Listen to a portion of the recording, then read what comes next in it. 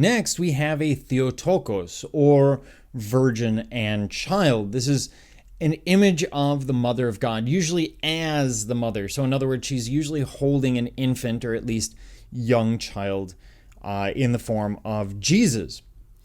The piece that we're looking at is the Virgin and Child between Saints Theodore and George, and it is an encaustic work. Encaustic means that the pigment has mixed with wax, usually some kind of paraffin wax, and then applied to the surface. It creates a very permanent surface because, of course, the wax would need to be destroyed. It doesn't fade or anything like that.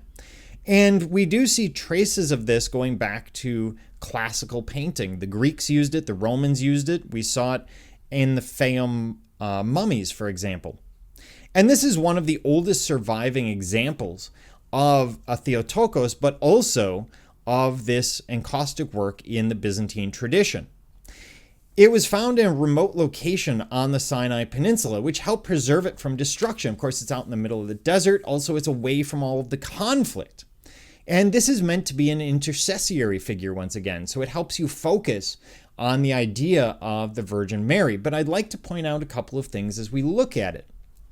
First of all, you'll notice some of the trends have changed. Mary is basically a giant pile of cloth, in this case, a lot of blue wool. You can imagine 20 yards of it wrapped around her.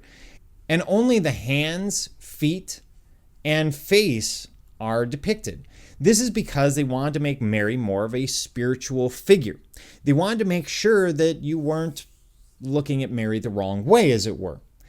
And here we see Jesus as an infant. You will see more and more images of Jesus looking like a perfectly formed small adult as we move forward. And then we have the saints Theodore and George on either side. They're as images of protection. These are knightly saints, although the idea of a knight doesn't exist yet, but these are saintly warriors.